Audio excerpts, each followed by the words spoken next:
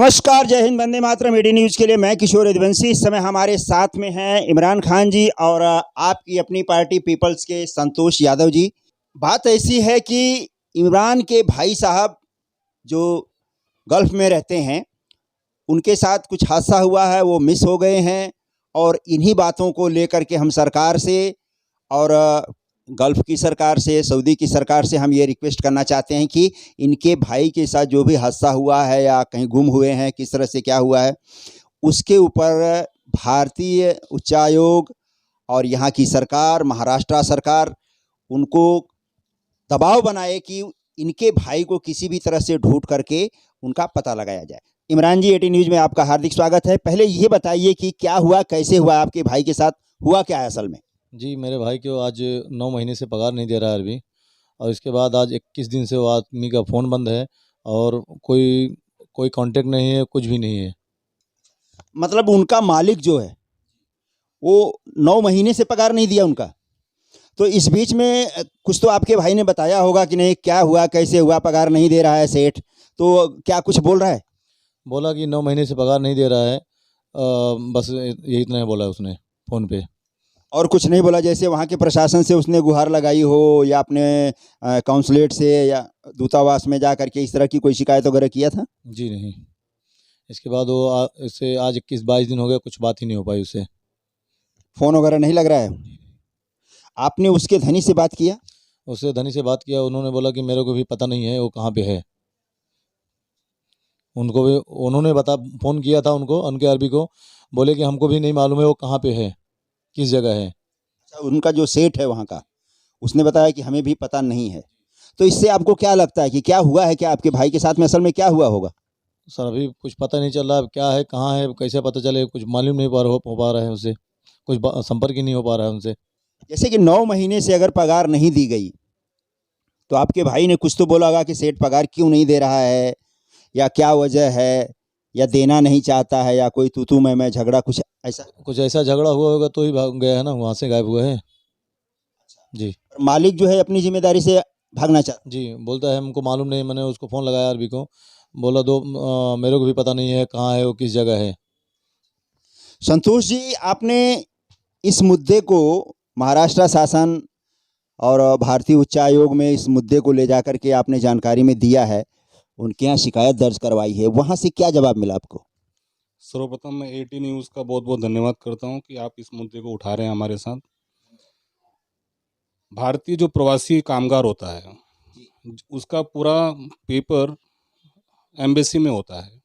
और इब्रार रियासत खान, गांव भीखमपुर, प्रतापगढ़, यहाँ के एक मजदूर जो 13 वर्षों से एक ही मालिक के यहाँ पे सऊदी अरब के तैफ शहर में काम कर रहे हैं।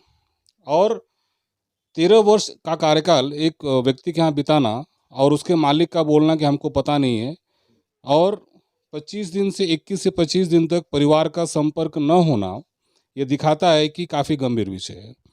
हमारे महाराष्ट्र के जो महासचिव हैं फिरोज खान जी, उनके पास ये मामला आया, उन्होंने हमसे चर्चा किया और उसको लेकर हम तत्काल कल कार्रवाई करते हुए जो सऊदी अरब कॉन्सुलेट है मेकर टावर कफ परेड में, हम वहाँ पहुँचे, समय हो चुका था, वो जा रहे थे।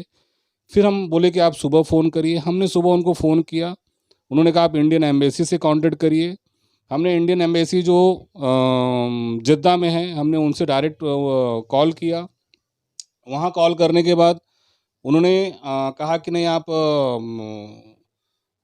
मतलब इंडियन एम्बेसी से आप संपर्क करिए।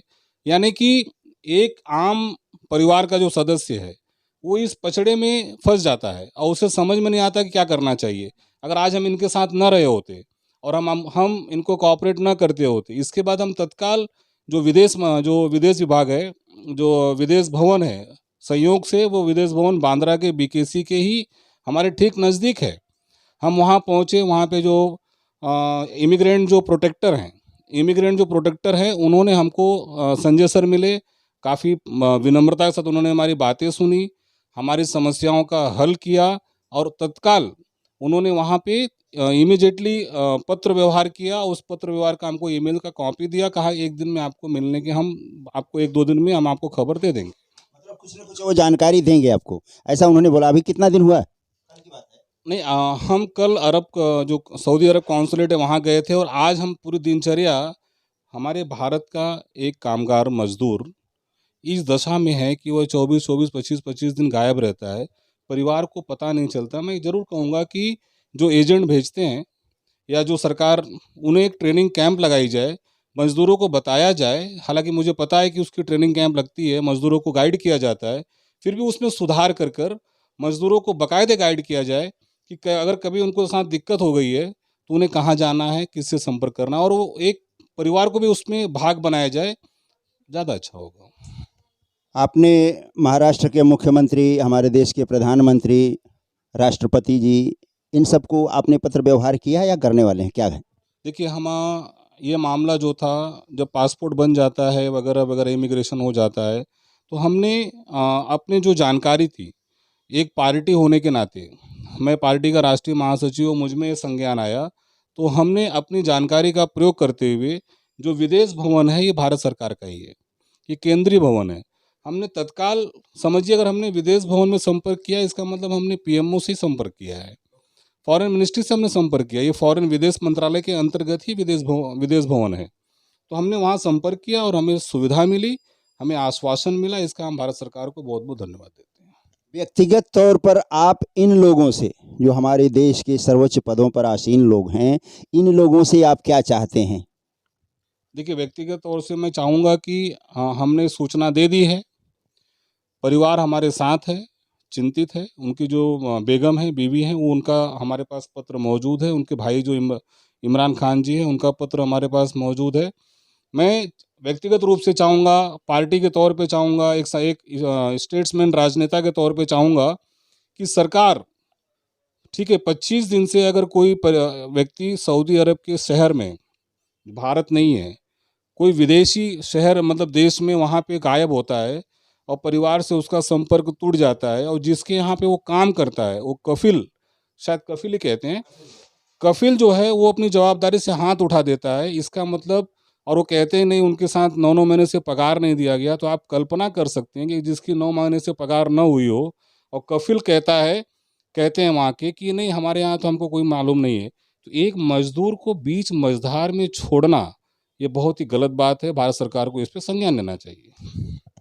देखिए, मजदूरों के साथ अत्याचार सिर्फ भारत में ही नहीं होता, दुनिया के हर कोने में होता है, और उसके करने के तरीके अलग अलग।